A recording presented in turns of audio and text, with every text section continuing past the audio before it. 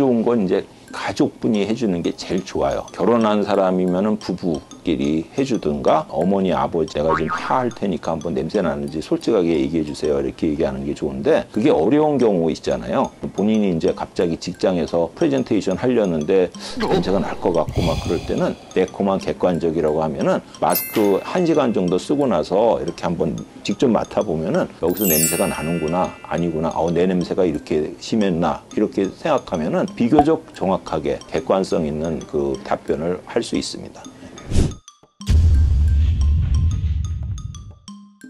혐기성 세균, 산소 싫어하는 세균이라고 하고요. 호기성 세균, 산소 좋아하는 세균이라고 이제 분류할 수가 있거든요. 입냄새는 주로 혐기성 세균, 산소 싫어하는 세균들의 부산물로 만들어집니다. 혐기성 세균이라는 거는 산소가 없을 때 막 활동을 하는 세균이거든요. 그럼 내가 입 벌리고 자면은 되지 않아요? 이렇게 얘기할 수 있는데 그렇게 공급되는 게 아니고요. 타액을 통해서 공급이 됩니다. 입안의 산소는. 그래서 타액이 잘 흐르고 있는 상태에서는 혐기성 세균들은 꼼짝을 못해요. 호기성 세균들만 그때 활동을 하게 돼요. 그래서 이제 그때는 냄새가 안 납니다. 침이 잘 흐르는 상태에서 저녁 다 무렵에 이제 몸이 너무 피곤해서 막 한숨을 한 번 쉬었는데 냄새가 확 섞여 나온다든가 할 때는 입이 말라 있다는 거예요. 침이 잘 안 흐른다는 겁니다. 원래는 이제 그 병적 구취하고 생리적 구취로 나눠요. 병적 구취는 지병이 있는 사람들, 예를 들어 당뇨가 있거나 간이 안 좋거나 신장이 안 좋거나 뭐 이런 분들, 그분들은 이제 가까이 가면 냄새가 나거든요. 물론 이제 입안에서 치주병이 있거나 아니면 사랑니가 막 부어서 지금 염증을 일으키고 있거나 그런 분들도 냄새가 나죠. 그런 분들은 다 병적 구취증이라고 하고요. 생리적 구취증 그거랑 별개로 아침에 일어나는데 갑자기 남편한테서 냄새가 난다든가 성인들이 일을 하다가 너무 피곤한 오후 이럴 때 이제 갑자기 입에서 냄새가 난다든가 그런 것들을 생리적 구취증이라고 합니다. 병적 구취증의 경우에는 병을 치료하는 과정이 해결이 되겠죠. 그거는 신장질환이 문제가 있는 분들은 치료받으면 없어질 거고요.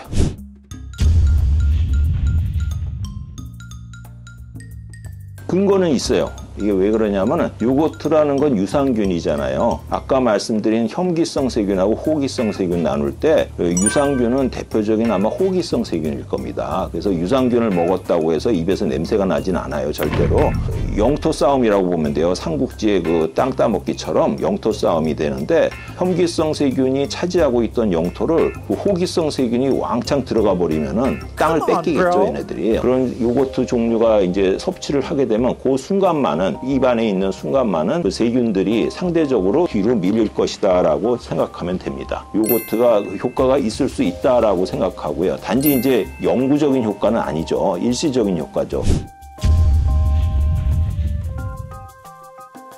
껌을 씹지 않고 입안에 갖고 있거나 붙이고 있거나 뭐 이런 경우들이 있거든요. 껌을 씹으면은 침샘에 있는 침이 막 나올 거예요. 뇌는 껌이 들어오면은 먹을 게 있다고 생각하거든요. 먹을 게 있으니까 침을 내보내야지라고 명령을 내린다고 합니다. 침이 나오니까 결과적으로 산소가 공급된다는 거 아니에요. 산소가 공급되니까 혐기성 세균들이 아무래도 설 자리가 좁아들죠. 그게 영구적인 효과나 이런 건 아니더라도 일시적으로는 분명히 효과가 있다라고 설명을 드릴 수 있습니다.